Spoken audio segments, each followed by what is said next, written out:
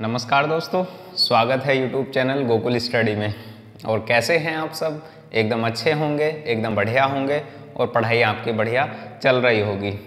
Comments करके आप लोग बताना वीडियो आपको कैसी लगी और शेयर कर देना यदि आपको पसंद आए तो। हम बात कर रहे थे मानव रोग, ह्यूमन डिसीज़ के बारे में। हमने बात की थी मानव रोग होते क्या हैं, कौन कौन से रोग होते हैं, जैसे संक्रामक रोग हैं, असंक्रामक रोग हैं, उनके बारे में हमने बात की थी। और किस तरीके से, जैसे हम बोलते हैं कि हमारे संक्रामक रोग का मतलब क्या होता है, वायरस से होने वाली बीमारी, बैक्टीरिया से होने वाली बीमारी और प्रोटोजोआ से होने वाली बीमारी। और इसी के साथ हमारा आ जाता है कवक या फंजाई से होने वाली बीमारी। उसके बाद हमने नॉर्मल जो प्रोटीन, कार्बोहाइड्रेट या वसा के साथ वहाँ पर हमने बात की थी कि प्रोटीन की कमी से कौन सा रोग होता है, कार्बोहाइड्रेट की कमी से कौन सा रोग होता है। उन सब के बारे में हमने पोषण वाला जो चैप्टर पढ़ा था उसमें हमने बात की थी, तो आप लोग देखना। और आज हम बात करने वाले हैं, कल हमने उसका कंप्लीट किया था पर उस तरीके से हम आज नहीं करेंगे। आज हम करेंगे जैसे बैक्टीरिया वायरस से होने वाले रोग तो हमने कल कर लिए थे, आज हम बात करेंगे बैक्टीरिया से होने वाले रोग। और मुख्यतः जो एग्ज़ाम में पूछे जाने वाले हैं उनकी बात करेंगे। और उसके बाद वो वाहक की हम बात कर लेंगे, किस वाहक से होता है हमारा बैक्टीरिया रोग। तो हम पढ़ने वाले हैं, आज पढ़ेंगे बैक्टीरिया और प्रोटोजोआ से संबंधित रोग। और उसके बाद हम पढ़ लेंगे जैसे यदि कोई भी रोग हो जाता है, जैसे पीलिया हो जाता है, तो पीलिया से कौन सा अंग प्रभावित होगा उनके बारे में हम लिख लेंगे, जो एग्ज़ाम में सवाल पूछे जाते हैं। तो आज हम पढ़ने वाले हैं बैक्टीरिया से संबंधित रोग, यानी बैक्टीरिया से कौन कौन से रोग होते हैं। ध्यान से बोर्ड पर आपको ध्यान देना है। और टेलीग्राम चैनल है गोकुल स्टडी, वहाँ आप लोग जुड़ सकते हैं। फेसबुक ग्रुप है, पेज है, कहीं भी आप लोग मुझसे जुड़ सकते हैं। तो आज हम बात करने वाले हैं किसके संबंध में? आज हम बात करने वाले हैं बैक्टीरिया से होने वाले रोग। बैक्टीरिया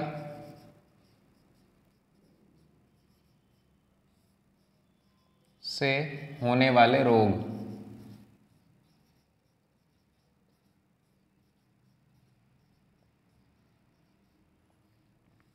कौन कौन से रोग होते हैं एक एक का नाम लिखेंगे और उसके बाद उसका वाहक का हम नाम लिख लेंगे, बस। नॉर्मल ऐसा नहीं आएगा, स्पेशल अलग जो एग्जाम में पूछे जाने वाली टर्म्स होती हैं मैं उनको लिखवा दूंगा अलग ही, कि कौन सा रोग हो जाए तो कौन सा अंग प्रभावित होगा। तो ध्यान से, सबसे पहले रोग का हमें नाम लिखना है। रोग की बात की जाए तो कौन सा रोग है, तो उसको हम बोलते हैं क्षय रोग। क्या है नाम? क्षय रोग। और किस वाहक की कमी के कारण होता है? ट्यूबरकुलोसिस। ट्यूबरकुलोसिस के कारण। इसका जो वाहक है या फिर वाहक कौन सा हमारा बैक्टीरिया है, तो ट्यूबरकुलोसिस, जिसकी कमी के कारण क्या होता है, हमारा क्षय रोग हो जाता है। और बात ये हमारे यहाँ पर की जाती है होता कैसे है, तो सीधे संपर्क के द्वारा या झूठा खाना खाने से। कैसे होता है? सीधे संपर्क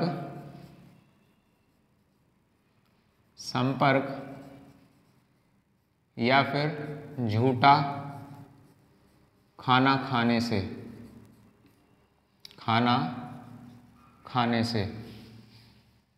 और यहाँ पर लिखे हैं, जैसे अब कल भी हमने बात, यहाँ जब पिछली वीडियो में बात की थी, ये तो है हमारे रोग का नाम और ये क्या है हमारा, जिस बैक्टीरिया के कारण होता है, और ये है संक्रमण विधि, यानी किसके द्वारा फैलता है। ये बात आप लोग याद रखना। अब वो सेकंड नंबर की हम बात करते हैं, दूसरा रोग कौन सा है, तो वहाँ नाम आता है प्लेग। क्या नाम आता है? प्लेग। और इसके वाहक की बात की जाए तो इसके वाहक का नाम है पेस्ट्यूरेला प्रेस्टिस। क्या नाम है? पेस्ट्यूरेला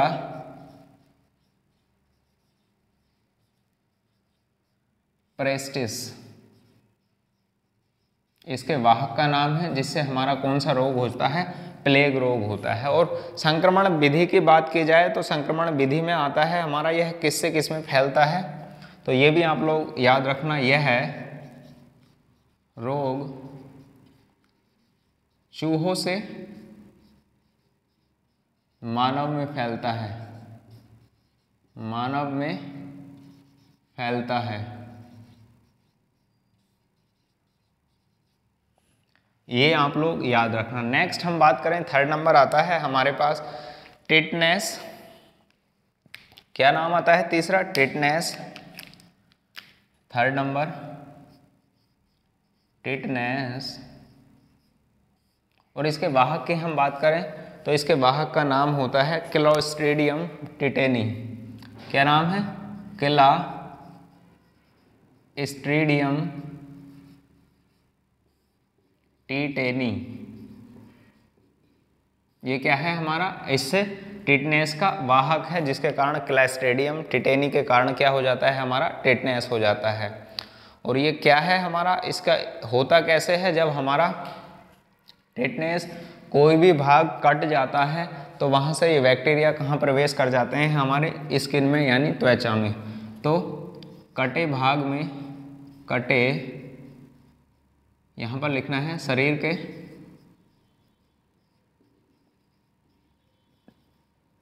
कटे भाग में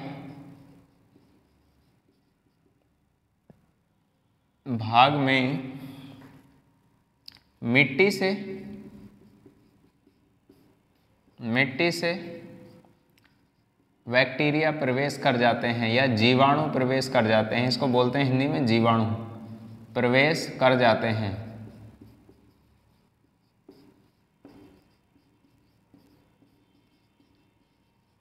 ये भी आप लोग याद रख लेना। अब नेक्स्ट की बात करें हम, तीसरा रोग कौन सा? नेक्स्ट रोग जो होता है वो होता है टाइफाइड। कौन सा रोग है? Number 4 typhoid. और कौन सा वाहक है? टाइफो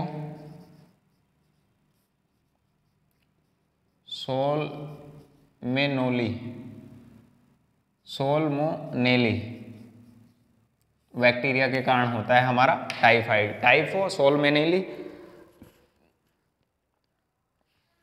सैल्मोनेला टाइफी, सोल्मोनेली टाइफी। ये थोड़ा सा नाम आप इधर करेंगे, टाइफी।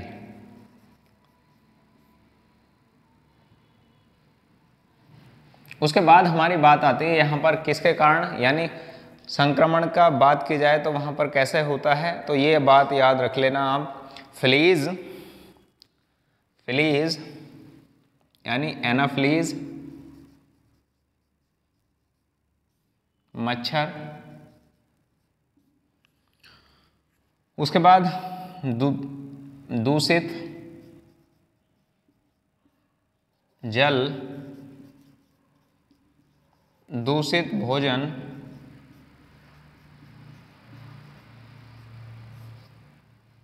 ये किसके कारण होता है? दूषित जल है, दूषित भोजन है इसमें वाहक। उसके बाद हम नेक्स्ट की बात करें, टाइफाइड के बाद आता है कुकुर खांसी या फिर काली खांसी जिसको बोलते हैं। क्या नाम आता है यहाँ? 5 नंबर कुकुर खांसी। कुकुर खांसी।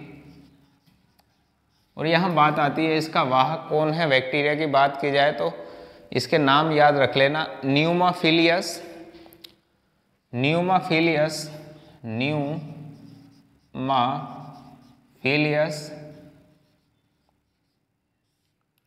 परट्यूसिस। ये किससे होने वाला रोग है? यानी हमारा जो काली खांसी या कुकुर खांसी है, न्यूमोफिलिस परट्यूसिस। उसके बाद हमारी बात आती है ये होता कैसे है? तो खांसने या छींकने पर निकले द्रव के कारण फैलता है। ये भी आप लोग पॉइंट याद रख सकते हैं। ये हमारा कौन सा है? कुकुर खांसी या फिर काली खांसी। और बढ़िया एकदम नेक्स्ट जो एग्जाम के पॉइंट ऑफ व्यू से भी मोस्ट होता है, तो वहाँ पर आम लोग नाम लिखेंगे कुष्ठ रोग।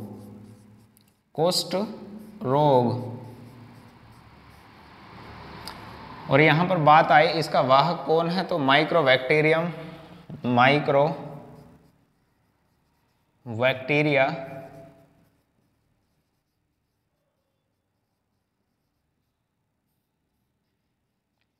लेप्री। माइक्रोबैक्टीरिया लेप्री क्या है? कुष्ठ रोग।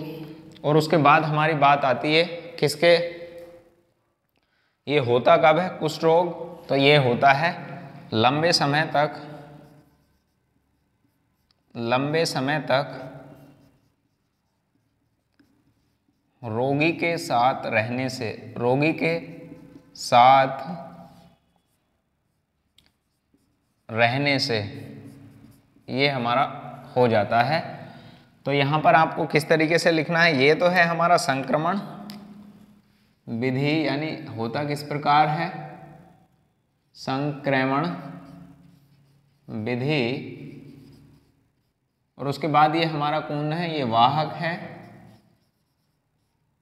और ये क्या है, हमारा रोग का नाम है, रोग का नाम। ये पॉइंट आप लोग याद रख लेना, इसका स्क्रीनशॉट ले लो।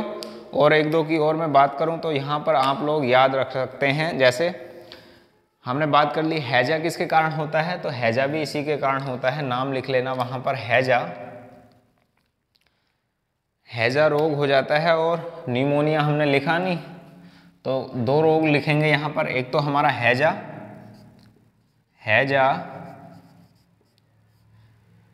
और उसके बाद है निमोनिया।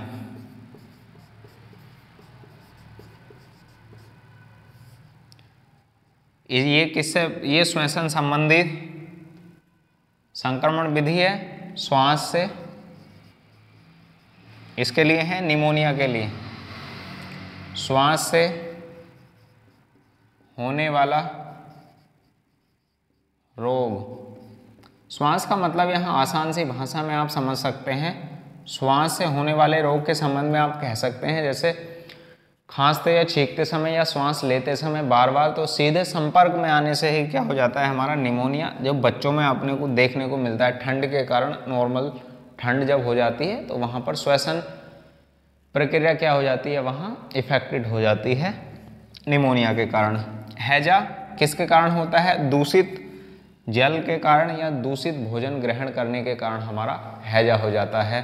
तो आप लोग इनके नाम याद रख लेंगे, एग्जाम में क्या पूछा जाएगा कि क्षय रोग, प्लेग, टिटनेस, टाइफाइड, कुकुर खांसी, कुष्ठ रोग, हैजा और निमोनिया किसके कारण होने वाले रोग हैं, तो वहाँ आंसर हो जाएगा आपका बैक्टीरिया के कारण होने वाले रोग हैं। नॉर्मली ये एग्जाम में नहीं पूछा जाता, अभी जो क्या पूछे जाते हैं एग्जाम में उनको मैं लिखवा दूंगा, और कभी नाम पूछ लेता है इनका, जो मैंने नाम यहाँ पर लिखवा दिए हैं, तो आप लोग इसको लिख भी सकते हैं और इसका स्क्रीनशॉट ले लो। और उसके बाद हम बात करते हैं प्रोटोजोआ से होने वाले रोग कौन कौन से हैं। प्रोटोजोआ के बारे में हम पढ़ना शुरू करते हैं, तो ध्यान से आप लोग समझना इसको। हम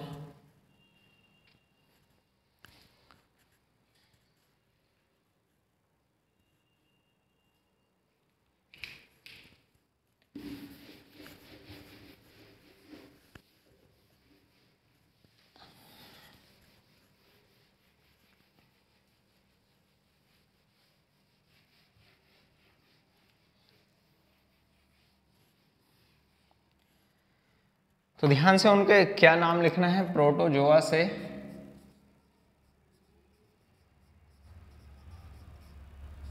या इनको बोलते हैं परजीवी, क्या बोलते हैं इनको, परजीवी भी बोलते हैं, लिख लेना आप लोग। अब यहाँ पर बात आती है हमारे, उनके नाम आते हैं कौन कौन से रोग होते हैं, तो रोग के नाम ही पूछा जाता है इसमें, रोग के नाम ही लिख लेंगे आप लोग। पहले रोग का नाम लिखना है आपको, प्रोटोजोआ से होने वाला रोग कौन सा है, तो मलेरिया है, लिखना है मलेरिया, मलेरिया। दूसरा लिखना है पायरिया, पायरिया। थर्ड लिखना है दमा या खाज, ये लिखना है आपको। नेक्स्ट की बात की जाए पेचिस, कालाजार, डायरिया, पेचिस। नंबर 5 कालाजार। Number 6 diarrhoea. ये पूछे जाते हैं एग्जाम के पॉइंट ऑफ व्यू से, मोस्ट होते हैं। और एक बढ़िया और याद रख लेना आपको, उसको बोलते हैं फाइलेरिया। क्या बोलते हैं, फाइलेरिया।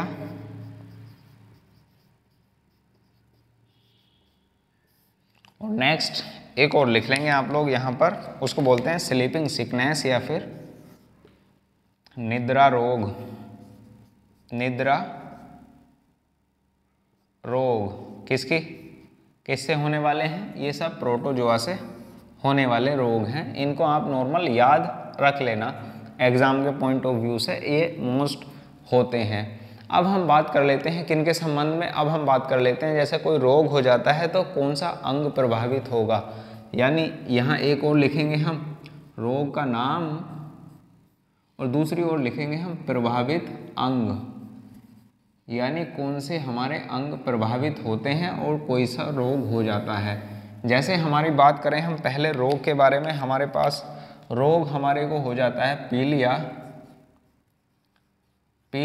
तो पीलिया के कारण कौन सा प्रभावित, यहाँ प्रभावित अंग लिखना है आपको। तो आपने देखा होगा लीवर या फिर यकृत बोलते हैं इसको, यकृत प्रभावित होता है इससे। अब बात हमारी नेक्स्ट, यानी रोग के आप लोग नाम लिखेंगे। जैसे पायरिया लिखा है तो पायरिया से कौन सा अंग प्रभावित होगा, तो वहाँ आपको याद रखना है मसूड़े।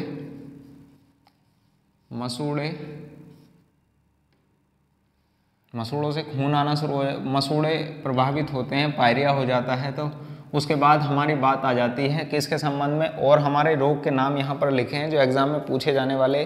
जैसे हैजा हो जाए, टाइफाइड हो जाता है,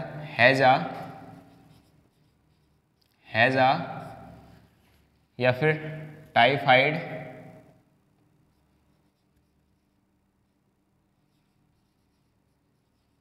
तो कौन सा अंग प्रभावित होता है, तो वहाँ आप लोग याद रखना छोटी आंत, इससे प्रभावित होती है छोटी आंत। टाइफाइड, हैजा, टाइफाइड, तो इससे क्या प्रभावित होती है, छोटी आंत प्रभावित होती है। और उसके बाद हमारा पोलियो हो जाए तो क्या होगा, पोलियो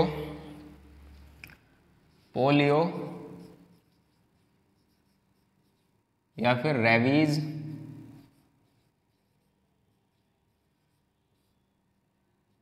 या फिर मिर्गी। तो इन सभी से क्या प्रभावित होता है हमारा, पीलिया अलग है, पोलियो अलग है। तो इससे प्रभावित होता है हमारा तंत्रिका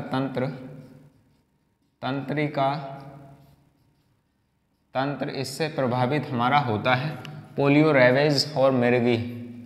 नेक्स्ट हम बात करें और कौन सा, उसके साथ यहाँ पर आप लोग याद रख लेना, जैसे मलेरिया हो जाता है तो मलेरिया से क्या होगा, मलेरिया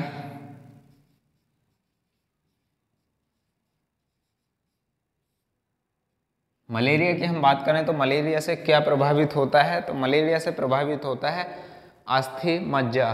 क्या प्रभावित होता है, प्लीहा, या फिर क्या होता है प्रभावित मलेरिया से, प्लीहा।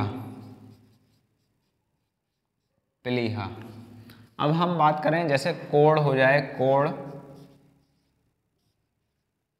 बैक्टीरिया से होने वाला रोग है कोढ़। तो यहाँ कौन सा प्रभावित अंग होगा, तंत्रिका तंत्र, नर्वस सिस्टम, तंत्रिका तंत्र, कोढ़। और उसके बाद हमारी बात आती है अगले रोग की, हम बात करें तो वहाँ पर प्रभावित होता है जैसे हमारा गॉइटर हो जाता है,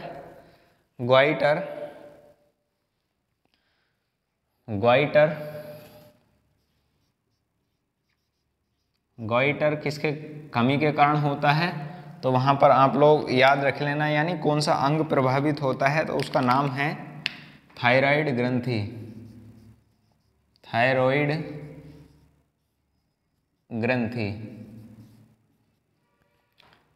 ग्रंथि प्रभावित होती है हमारी गॉइटर से। अब उसके बाद हमारी बात आ जाती है कि इसके संबंध में, जैसे एड्स हो जाए, एड्स, तो एड्स से तंत्रिका तंत्र प्रभावित होगा, तंत्रिका तंत्र प्रभावित होगा, नर्वस सिस्टम, जल्दी जल्दी बुखार आने के चांस बढ़ जाते हैं, वायरस से होने वाला रोग है एड्स, ये भी आप लोग याद रख लेना। अब बात आती है हमारी चेचक, तो चेचक से हमारा क्या होता है, संपूर्ण शरीर और जो खसरा होती है क्या होती है? चेचक।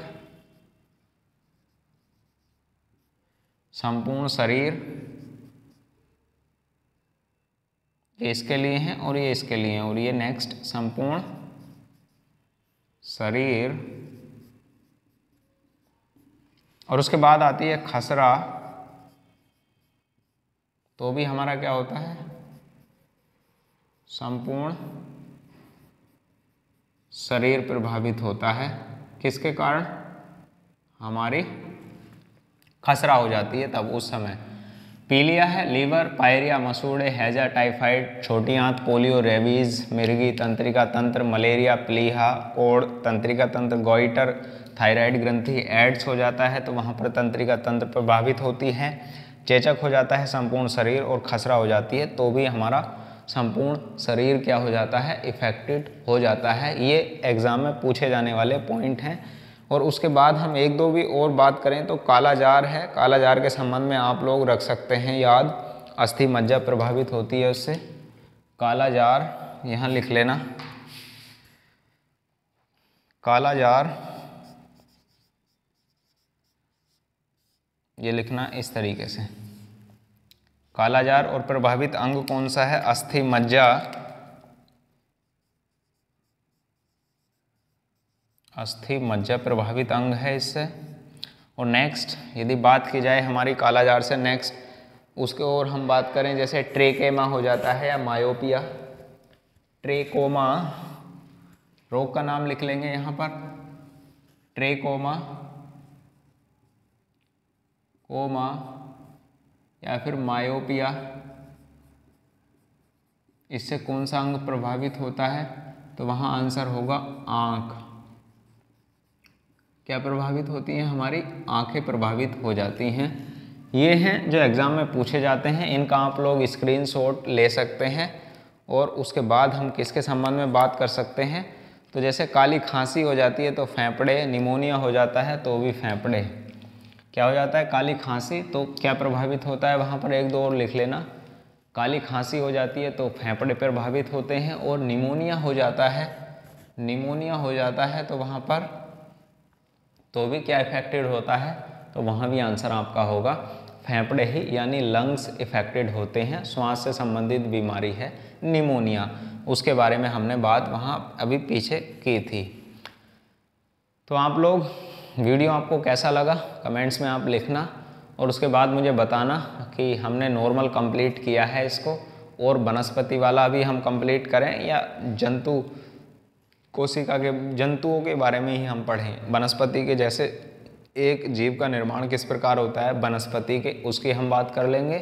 कौन से हमारे हार्मोन निकलते हैं उनकी हम बात कर लेंगे। वर्गीकी के बारे में बात कर लेंगे। और एक दिन के लिए मैं आपको ये लिखवाऊंगा, आपको जैसे कौन सी हमारे पास जीव विज्ञान के जनक कौन हैं उनकी एक टेबल बनवा दूंगा आपको, जीव विज्ञान के जनक कौन हैं और महत्वपूर्ण शब्द जो आते हैं इसको किसने प्रतिपादित किया, ये वाली चीज़ मैं आपको लिखवा दूंगा। तो मिलते हैं नेक्स्ट वीडियो में, और शेयर आप लोग इसको कर सकते हैं। और वनस्पति के बारे में भी हम पढ़ लेंगे, ऐसी कोई बात नहीं है।